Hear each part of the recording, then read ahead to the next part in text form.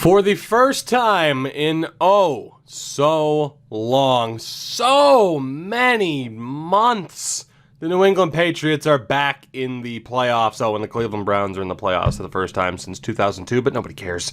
What's going on, guys? Tookie here, back again. Another episode. You know the deal. It is playoff time here in Season 1. Brady's last hurrah of the regular season, when according to plan, we took the division as is tradition. And now we see what happens against Baker, Myles Garrett, and the Cleveland Browns in the divisional round. Now, do not worry. I was smart enough to fix the lineup. The lineup has been returned to form. Jarrett Stidham will not be our starting quarterback, but this is the team, of course, that we take into this game.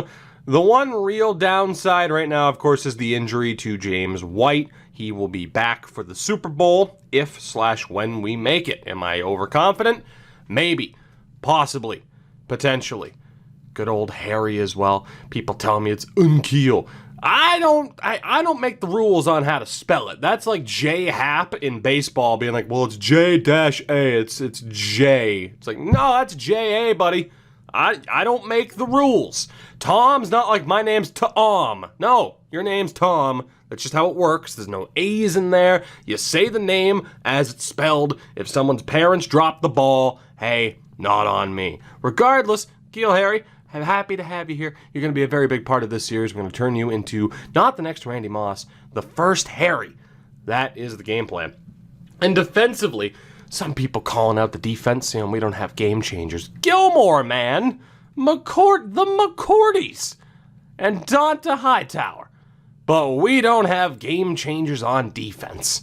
How dare you? Now, look, for sure with Roberts and Bentley, I mean, a 4-3 would probably be a little bit more beneficial. Although, you know what, I actually want to start Jamie Collins, or try to bump up Jamie Collins a little bit more than Landon Roberts. Can I please? Can I please, game? Hey, there we go. That's what we were hoping for. It's an interesting move, right? Do you want to start Jamie Collins at linebacker, Danny Shelton at defensive tackle? I mean, Pennell's also there to 73. Well, we have options. However, obviously in terms of the scheme fit, 3-4 was the best for, it'll be fine. It'll be fine. Plus, the Patriots playbook is a combination of numerous things.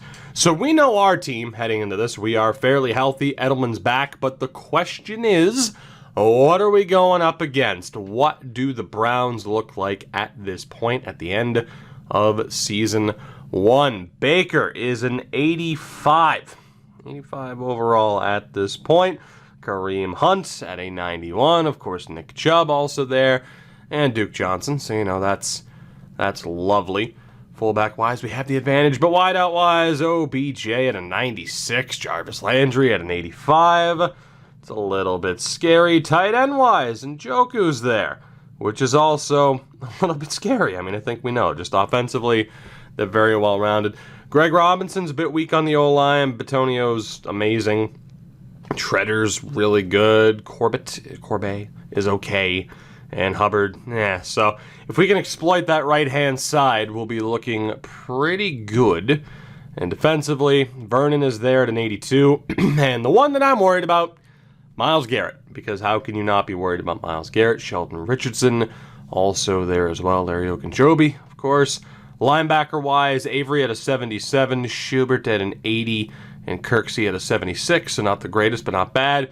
And corner-wise, it's not quite as dominant of a force as it will become later on in this franchise mode, but Denzel Ward and Greedy Williams leading the way. Safety-wise, Demarius Randall and Morgan Burnett. It is a very, very good team on paper. They did well enough to make the playoffs, of course. They finished with a 9-7 record, which honestly is a bit surprising that it wasn't much better than that. But regardless, they got to where they wanted to be. Let's see if we can get to where we want to be. The Super Bowl, man. Let's do this. The divisional round, we're going to handle this the same way we've handled these games this entire season.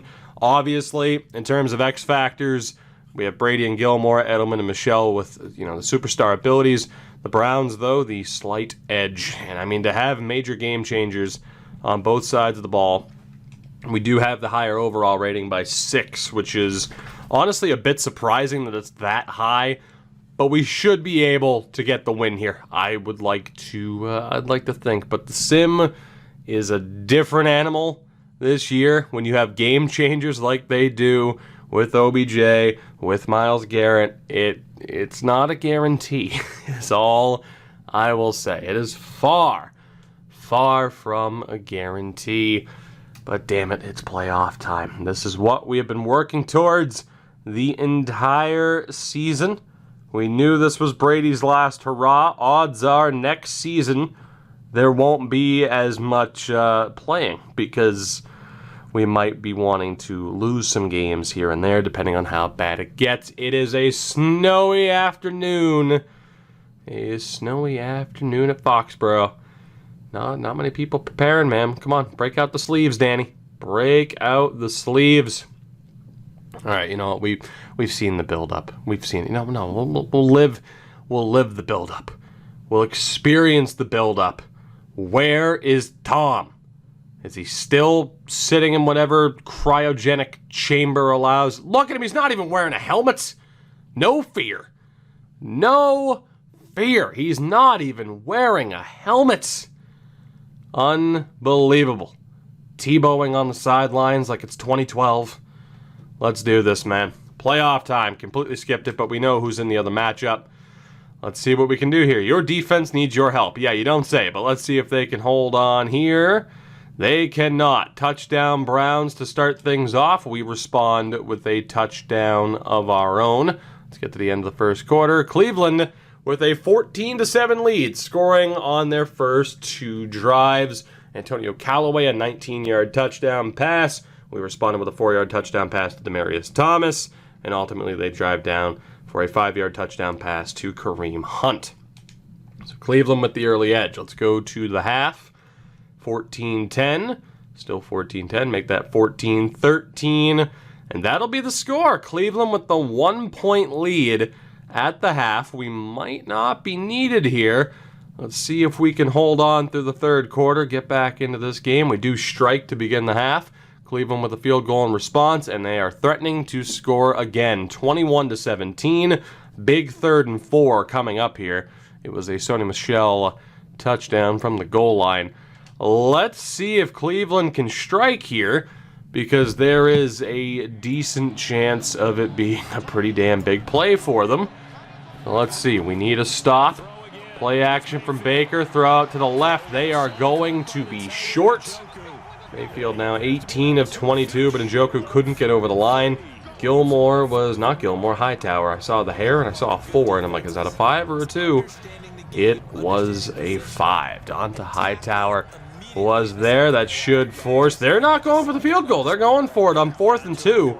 A gigantic play here. They hand it off to Hunt. He gets leveled by Donta Hightower.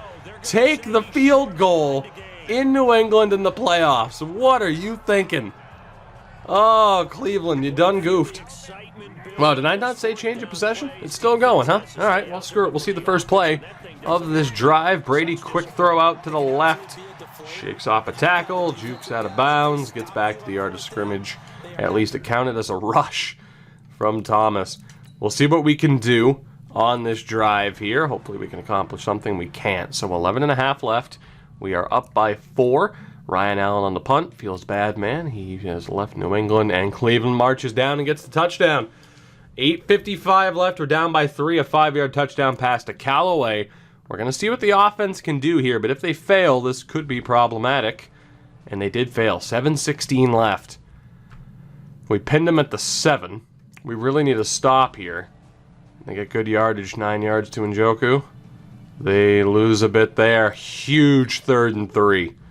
A huge moment in this game. Let's see how it goes down. We need a stop here. Down by 3. We can't let this be an extended drive. Play action. Baker over the left. Tip down. Nearly intercepted. But a job well done by the defense there. An interception would have been absolutely tremendous. But ultimately we get the stop that we need. Can't tell who got a hand on it. 32, almost walking away. It was Jones. So they're going to punt this here.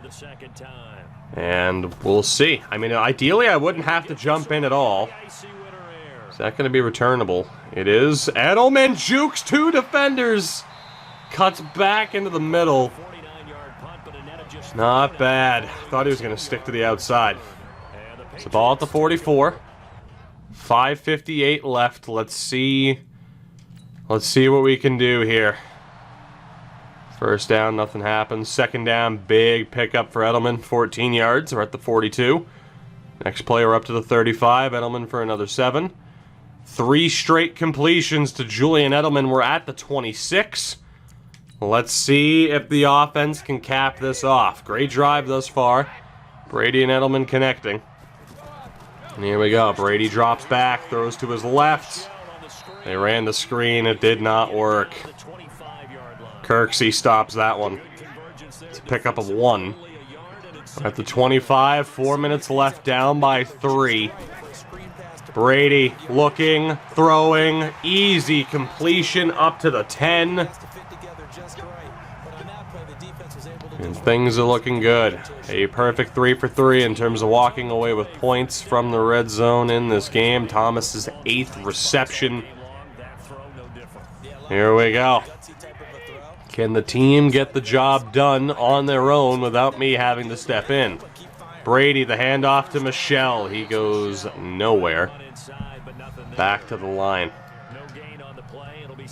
A big effort from Sony here. 3 minutes left. See what Brady does. Drops back. Throws out to the left. It's caught. Gets up to the 4. It's Watson. So 3rd and 4 from the 4. Watson's 3rd reception of the game. The clock is ticking. 1 more play before the 2-minute warning. Will we settle for the field goal, or will we take the lead on this play? Brady looking, gets taken down. Larry Ogunjobi. The 5th sack of the game for Cleveland. And we're going to have to settle for that field goal, Gostkowski. It'll be after the 2-minute warning, so Cleveland will have a chance to win this game on this drive. Worst case scenario, we miss this. At the very least, we still have all 3 timeouts. Let's see it, Gostkowski. Kicks up. Kicks good. We're tied at 24, under 2 minutes left. We are going to leave this up to chance. And we are going to see if Baker Mayfield and the Cleveland Browns can march their way to victory in this 2-minute drill. This kickoff's returnable. Shut down at the 27. Atlanta over Seattle. 2 minutes left in the 4th. That one's over. Here we go. We're going to watch this. Let's see what happens here. Can we trust this defense? Can they get the job done? Mayfield drops back. Quick throw over the middle is caught. That's Callaway again. He's up to the 48. Minute and a half left, and I'm already very worried. Baker throws out to the right. Knocked loose. That was dangerous. Despite the weather conditions, that would have put them in field goal range. A huge play there to knock that ball out. At the 48, Mayfield throws out to his left. It'll be a slight pickup of 4 from the looks of it. Actually, a hell of a lot more than 4. It's 3rd and 5. Actually, no, was it 2? I can't remember what side of the 48 they were on. Throw over the middle. That is going to be a first down. Admittedly, I looked away. I saw 48 and then I saw 46. And I'm like, okay, math. It didn't add up. Did I see 48? I don't remember. Doesn't matter. They're at the 40. Mayfield out to his left. That is caught. They're up to the 37. Are they in field goal range? The clock did stop with them being out of bounds. Handoff to Hunt. Gets shut down. We end up calling a timeout. Have the Browns offense done enough? This is a huge play here. 3rd and 4 from the 34. We need a stop. The handoff to Hunt. He'll be shut down at the 36. And if they hit this field goal, and even if they don't, we have a situation on our hands. Here we go. A huge kick for the Browns to give them the lead. Kicks up, kick short. 46 seconds on the clock. We start at the 43. I don't trust the AI.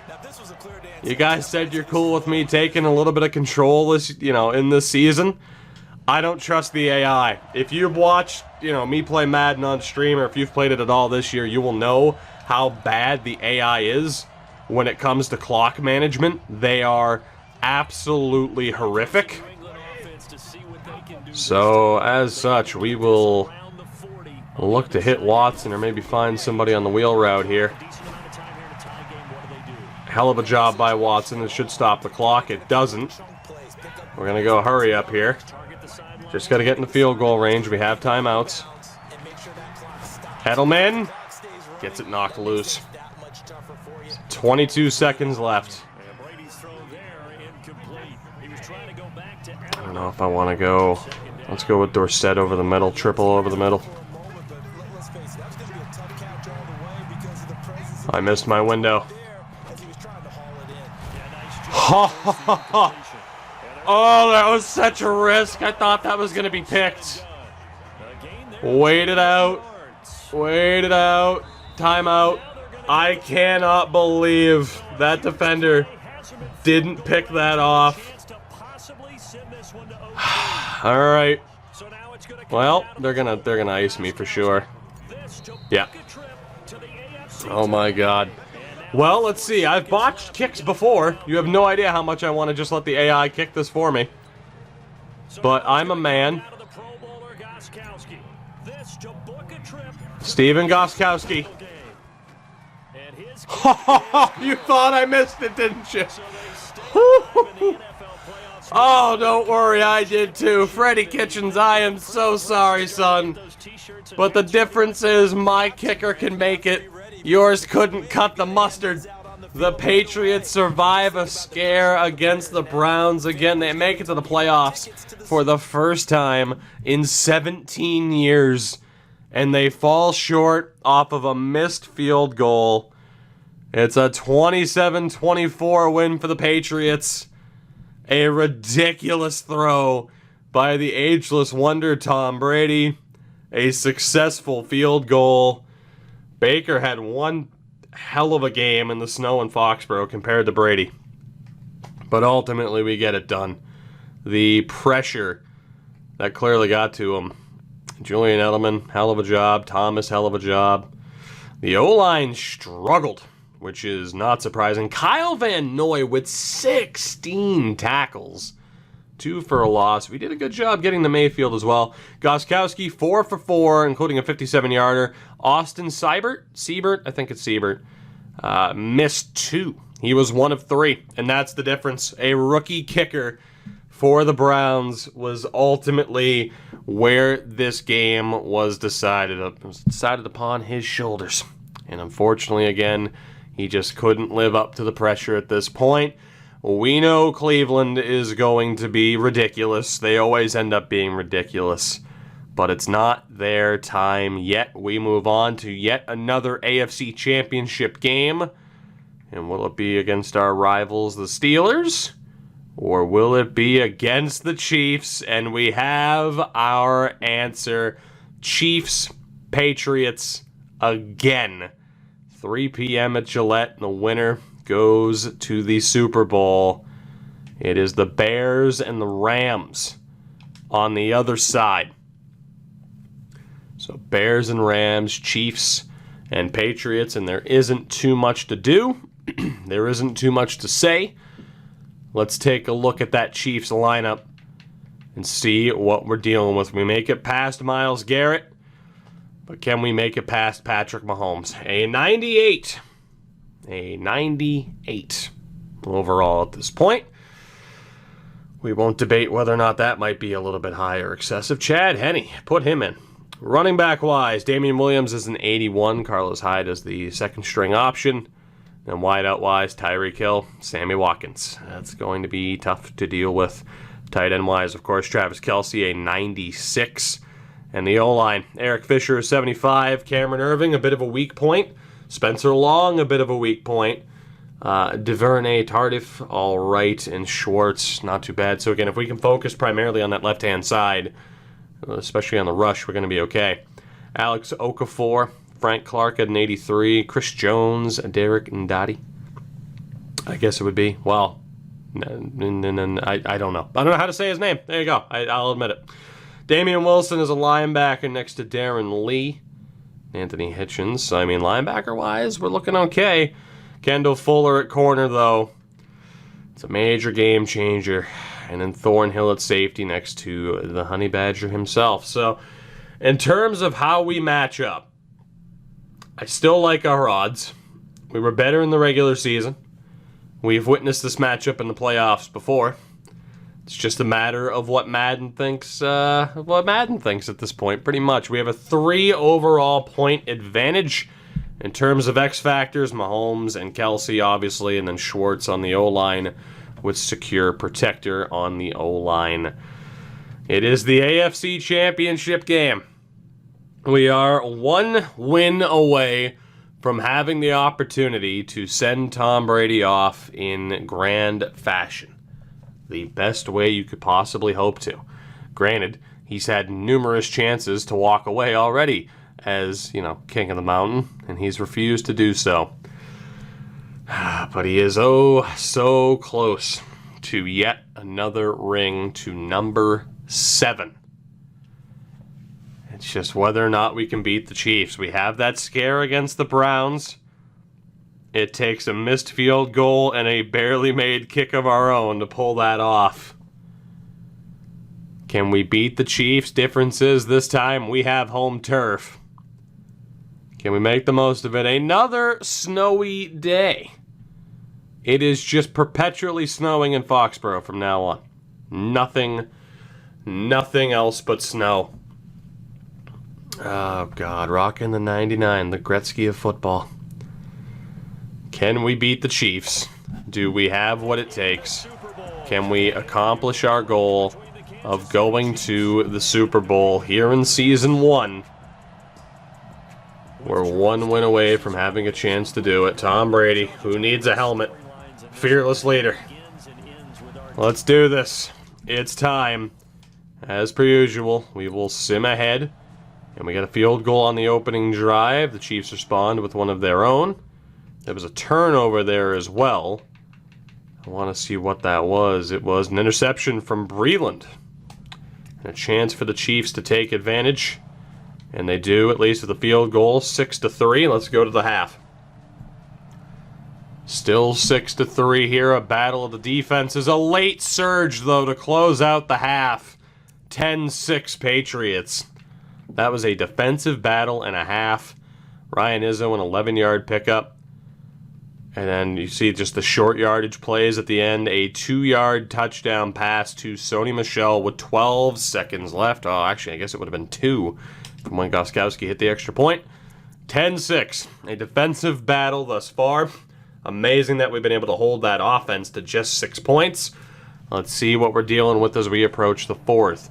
The Chiefs can't convert on that opening possession. 13-6. Now 13 all. As we head to the 4th quarter. Wouldn't have it any other way. Let's see what we can do on this drive, though. It's 3rd and 8 from the 34. And we're only able to get a field goal there. It was a big conversion. 25-yard pickup for Edelman. And then Watson, a penalty. Negative yardage for Michelle, another penalty, and then only a 7-yard pass to Thomas. So an 18-yard field goal for Gostkowski puts us back on top. But the Chiefs have a good chance here, and they don't waste any time. They get their, they finally get their offense going. A 2-yard touchdown pass to Hill caps it off. 20-16, 9.5 minutes to go. Can our offense step up? Yes, they can. They respond in kind. 23-20, 2-yard touchdown pass to Lance Kendricks. 6:41 remaining. Can we hold on? Not necessarily. A couple of huge completions there. We ultimately limit them to a 17-yard field goal from Butker. But that was fairly ridiculous. I mean, a 26-yard pickup, a 27-yard pickup, 15 yards. But ultimately, they have to settle. So 4 minutes left, tied at 23. I am going to trust the offense here. And they failed. 2:03 on the clock. The Chiefs at their own 13. Can the defense get the ball back? Or have I made a grave mistake by trusting the offense? Play action from Mahomes, throw over the middle, huge completion, but there's a flag on the play. Ineligible receiver on the offense. That is a huge penalty for that play to come back. It'll be 1st and 15 from the 8. 1:58 remaining in regulation. Huge play goes to waste for the Chiefs. Mahomes looking. Throws over the middle. Caught. Eventually slammed to the turf. Clock's ticking. It'll be 2nd and 5 from the 18. 1:45 left. Down to 1:35 by the time they snap the ball. A little bit less. Mahomes drops back. Throws over the middle to a wide open receiver. That'll get him up to the 36. About 1:10 remaining on the clock. Mahomes with the snap. Scrambles out, throws to his right. And out of play, 1:06 remaining. They're at the 36, so it'll be 2nd and 10. Can the Patriots defense come up with the stop that we need them to? Mahomes looking, airs it out to the left. Inbounds. They're up to the 36. And I don't know if we can rely on Harrison Butker to miss. Zone coverage. And Ellington found space. 1:01 left. They're at the 36, and we're looking at having to burn timeouts. Man in motion. Quick handoff, quickly snuffed out. No timeout called. Apparently the AI is confident that they're not yet in field goal range for Butker. 38 left. The handoff straight up the middle, stop shy of the line. Nightmare scenario here. A first down for the Chiefs nearly ends this. 3rd and 1 from the 27. We need a stop. There's the handoff. Did he get the first down? He did. The Chiefs have likely just won this game. We trusted the defense. Quick play on the RPO. And that's going to be a timeout. 25 seconds left, 2nd and 5 from the 20. Patriots have the ability to stop the clock. The handoff to the outside. It's another first down. 5 seconds left. A chip shot from the 14 for Butker. They don't get the snap off. There was 1 second left and we iced them. Oh my God, I didn't think they got the snap off. From the 14 with 1 second left. Harrison Butker wins it for the Chiefs. Really a great season. Not a whole lot to hang their head about. Not at all. And you know, the winning side, they're so ecstatic. They're going to the Super Bowl. But for the guys that we're talking about, they've got to figure out how it's going to go next year. Are they going to be motivated by this loss? Or will this loss linger? We trusted the offense with 4 minutes left. And then we trusted the defense and let them do it on their own as the Chiefs were pinned down deep within their own territory. As Tom Brady may have just jogged off into the sunset. I can't believe that just happened. Legitimately can't believe that just happened. Wow. Just like that quickly. We didn't, we trust the offense. We don't jump in. We pay for it. We trust the defense. We don't jump in. And we paid for it. The Chiefs are going to the Super Bowl to take on whoever. It'll be the Rams. There will be no James White return story. An unbelievable turn of events. Harry with 2 upgrade points. But the Tom Brady era just came to an end with us falling short of our goal. The Chiefs win it on a last-second field goal. I didn't think they were able to successfully get the snap off, but it was us icing the kicker, which did not work. The defense absolutely failed. A few big plays. Chance on 3rd down, you get that stop. Brady has time to get the ball. He has time with the ball. It's not much. He does win the MVP on the way out. But that is a heartbreaking loss. That is an absolutely heartbreaking loss. Harry ends up winning offensive rookie of the year. I can't believe that just happened. The Chiefs get their revenge. They take on the Rams in the Super Bowl. The inverse of if you talk to people about because I guess, I don't know, my point was a lot of people, of course, wanted to see Patriots and Saints last year, and now it's like, okay, well, the year after you get the Chiefs and the Rams. That is a heartbreaking way. That is a heartbreaking way. Did Brady not retire? Wait a minute. Didn't retirements just kick in? I know it just says Adam Vinatieri was cut. Brady didn't retire? Are you? He did. Brady, Watson, and Matthew Slater all call it a day. A new era is about to begin. I swear to God it was his picture there, so I'm like, what the fuck? Absolutely insane. An insane, almost unthinkable set of events that, again, very much put our future in doubt. Now, for the sake of leaving it questionable, of course, as to whether or not we made the Super Bowl, we are going to at least get up to the draft in this one. So, when it comes to the re-sign phase, obviously Jason King's gone. Devin McCourty is a rough one because we don't know how much he's going to regress by. And I don't necessarily want to deal with the penalties.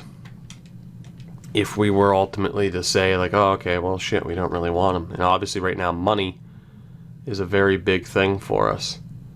Losing Devin McCourty would absolutely suck. Losing Jason McCourty would also suck, even though we do have Williams and Jackson that we might be able to develop. In an instant, this series went from, all right, we're going for it, to, oh, shit. We're done for.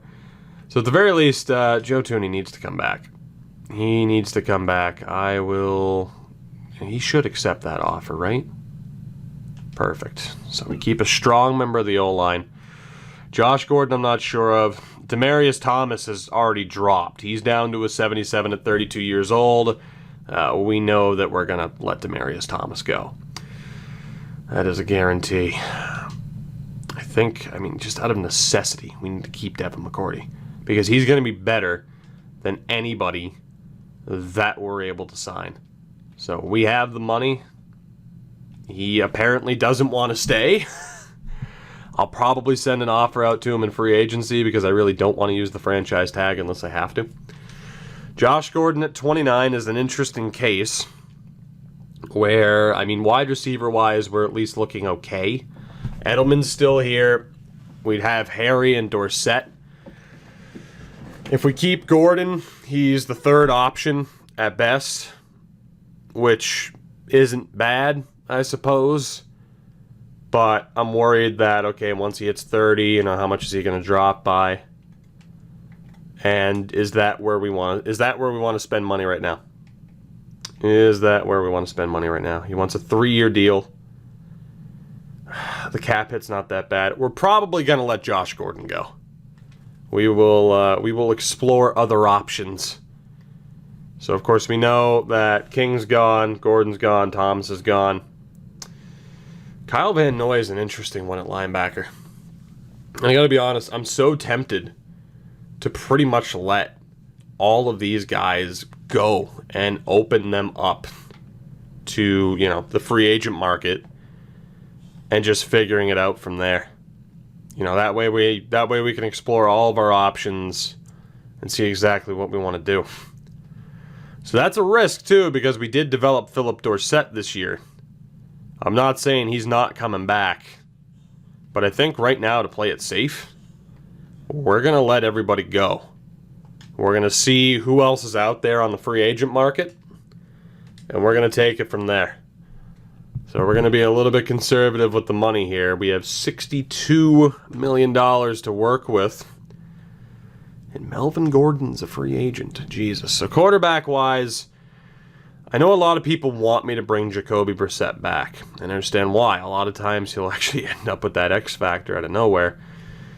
And I got to be honest, it's not the worst idea because there really aren't many other options.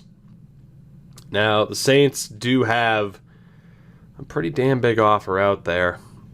I mean, he wants a 3-year deal, which is rough. That is rough. Let's see what that initial offer would be point-wise. 95 as well.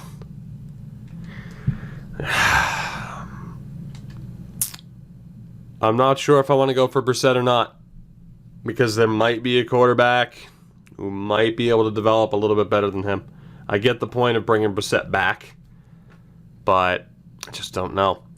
Running back-wise, I mean, Melvin Gordon is a beast, right? He is, as is Kareem Hunt. I just don't necessarily want to play it as, okay, I'm going to sign Gordon and flip Sony Michel. I don't necessarily want to do that. That's just not the way I prefer to play franchise. I'm going to roll with Sony Michel. He's our guy. Not to mention, in terms of big money moves, you've seen how this team's aging. We need to throw a lot of money around to a lot of different spots, not just to a superstar running back. So, I mean, Gordon and Hunt, we're going to leave that be. James White, I'm honestly not sure about his future on this team. He is likely to stay for the next season, and then we'll probably figure it out from there. But obviously, you know, we have a decent amount of running back depth as it stands. Fullback-wise, if we wanted to replace Devlin, Janovich is the guy to replace him with. But, man, I am not going to sit there and spend that much money on a fullback. If Tampa wants him that badly, they can have him. Same with C.J. Ham. So we'll keep the best in the business, Mr. Devlin, until he decides to go. So wide receiver-wise, hello, Amari Cooper. Now that's where it gets interesting. Instead of bringing back Gordon and Dorsett, it's like, well, now Amari Cooper's out there. And that just got a hell of a lot more interesting. So quarterback-wise, again, we'll figure it out, likely at the draft. Running back-wise, again, with Damian Harris there, we're still looking okay. Fullback-wise, we're fine. Wideout-wise, we need 2 more guys. And Edelman's still likely to be the top option this year. Harry, of course, there as well. We need 1 to 2 other options. I would prefer to not take another wide receiver in the draft. Going after Amari Cooper would be ridiculous, because that would be the built-in replacement for Edelman, and then we have Amari Cooper for the next 4 years next to Harry. Now, that is insane. That is ridiculous. Aguilar available, 96-point offer there from the Ravens. Of course, Josh Gordon's out there, and then Dorsett has a big money offer from the Bucks, and a decent one at that from Washington. And of course, Thomas down to a 77. Larry Fitzgerald is a free agent. It must be fun to bring him in. And then Jakeem Grant, one of my favorite return guys this year. Brissett's really the only quarterback we could go after, but again, he's 27. Like, he's not a long-term solution. I'd rather get a hopeful, 21, 22-year-old guy who we can develop and who'll likely be as good as Brissett almost immediately, depending on who we're able to draft. Sony Michel's my guy there. It's just, do I like Amari Cooper? I mean, the fact that he's 26 and as good as he is and doesn't have that big of a deal from other options. That's a 92-point offer right there, right out of the gate. Say we bump that up to 11, we'll bump this up to 5 even. That's a $63.8 million offer. That's a 94 on the scale. Snagging Amari Cooper, having he, Edelman, and Harry leading the way, that is a deadly combination. And then a fourth option, I like Philip Dorsett. We got him up to star development this past year. I don't hate the idea of bringing in either someone like Jakeem Grant as a kick return specialist, especially after we lost Slater, or we bring in Larry Fitzgerald. Because I'd like to think we're still going to be able to be competitive this next season. Tight end wise, oh God, it's rough. But Eric Ebron's there, and Austin Hooper is there as well. And I do love my dual threats at tight end, especially with Kendricks dropping down to a 76. And we have a lot of money to spend. So in theory,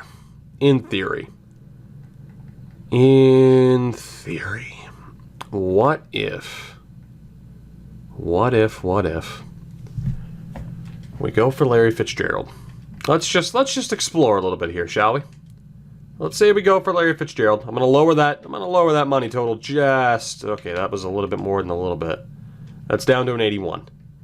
Say we also throw an offer Jakeem Grant's way. Now, he's someone who I've noticed falls off a cliff at a certain point where his overall just plummets. But say we were to sauce Jakeem Grant an offer, have him be the fifth wideout and the return specialist. Tight end wise, now I like Izzo, but with that normal dev pattern, it's not going to be great. I would prefer to go for one Austin Hooper over Eric Ebron. That's a 95-point offer right there for Hooper. But if we were also to offer Ebron something, they would do a nice little 3-year deal there. That's an 88-point offer. You never know, that might go through. That still leaves us with $33 million to spend on the O-line. We're not obviously going to bring in Whitworth. It's a 1-year deal. He'll be expensive as hell. Cody Whitehair isn't the worst option, but we don't need him. I mean, ideally, we would find somebody, though, to replace Marcus Cannon. Cannon's still usable at this point, though. Ben Jones is actually okay, too. I wouldn't pay him the big money. Cannon, I mean, 32, he's a 78. He might drop off a little bit more. We should be okay. Cody Whitehair would be the guy to throw money to right now to immediately replace Cannon. Cannon does have that big money deal. You know what? If we were to offer Whitehair a deal, the issue is, man, he is getting thrown some big money. He's 28. We're good with Cannon. We'll draft that replacement. Leonard Williams. Leonard Williams is also on the open market. You don't say. You don't say. Now, there is no guarantee that if I go in for all these players that we would get all of them. And I am going to back out, of this. I'm not going to go through with these moves now. Like I said, this is more about, hey, here's what we could do. Here are the options, and that way, too, admittedly, the runtime of the video is up a little bit higher. Maybe people think that we won the Super Bowl. If you're watching this at this point, you already know that didn't happen. Defensive tackles, Jernigan. Oh, boy. Jernigan or Onyemata. Armstead as well. Armstead's the one to go for. Same overall, but a little bit younger. He would be the one to go for. I am not. Oh my God, there are some ridiculous players available right now, man. It is crazy. Absolutely crazy. The talent level that's out there right now and the amount of money that we have to spend. Where you want to talk about a quick retooling, here we are. I mean, Bennett's getting up there. Simon's getting up there. We pick up Ngakoue, I believe it is.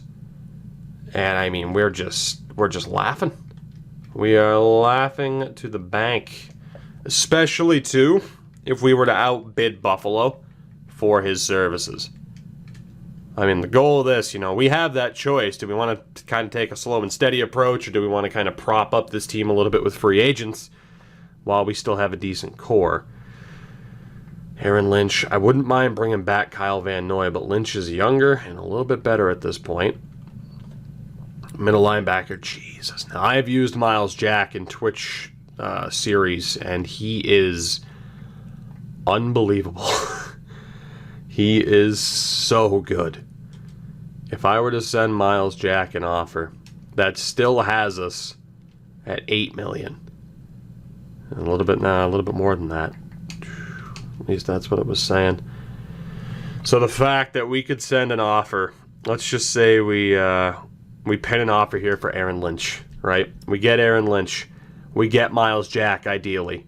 We still have Hightower on that outside, edge, although Campbell's there. And you could argue, all right, screw Lynch, go for Campbell. It's the fairly obvious move to make, although he is more expensive. And money-wise, it would be getting a little bit tight. Fowler at 26.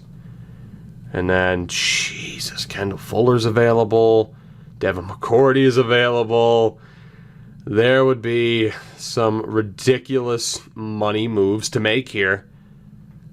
To the point where I think, spending money on bringing in Jacoby Brissett, that's not the way to go. We'll look for a quarterback in the draft. Running back-wise, again, Sony Michel's my guy. Fullback, we're fine. But wide-out-wise, we could go for the big money deal in Amari Cooper. We could look at a secondary option like Aguilar, who might be a little bit less expensive. Aside from that, I mean, you could go for Snead and Dorsett. Just to really have Edelman and Harry be the true 1-2 options. Tight end-wise, I mean, you have the double threat of Ebron and Hooper. Which, again, you could back out on Ebron, go for Hooper. Maybe look for someone like Seals Jones and have Izzo still be the third man. The O-line, there's not too much to do. Again, if we need a replacement, we'll draft somebody. But the defensive line, Leonard Williams is there. We still have Bennett, although he's 34. We could look to move on from him. Defensive tackle, someone like Armstead could be brought in. Ngakoue could be brought in. Linebacker-wise, Miles Jack is out there. Devondre Campbell is out there. There's some other good options to fill that out. Corner-wise, we're pretty much good. We're pretty much good. I mean, again, we have some veterans that we could look to move on from that are kind of weighing us down. It's just, how do we want to approach this is basically the question. And I guess, quote-unquote, how realistic do we want to be about this? But we do have the money to spend. I'm going to leave it up to you guys. You've seen the options that are out there. It's up to you. How do we approach building this team going forward? Do we take a little bit more of a slow and steady approach? Do we just go for it in free agency and throw money at any problem that we can? Or do we kind of take a step back, take our time, especially too when it comes to the draft, limitations perhaps on trading because that system is broken and we could easily flip guys like Bennett and a fourth for a first overall pick if the timing's right. So I want to leave it up to you guys. What do you think? What do you want to see from this series moving forward? Now that first season is out of the way, Brady is gone, and in theory, we've naturally taken a step back. But again, with all those players out there in free agency, it might not be a rebuild. It might be a retooling.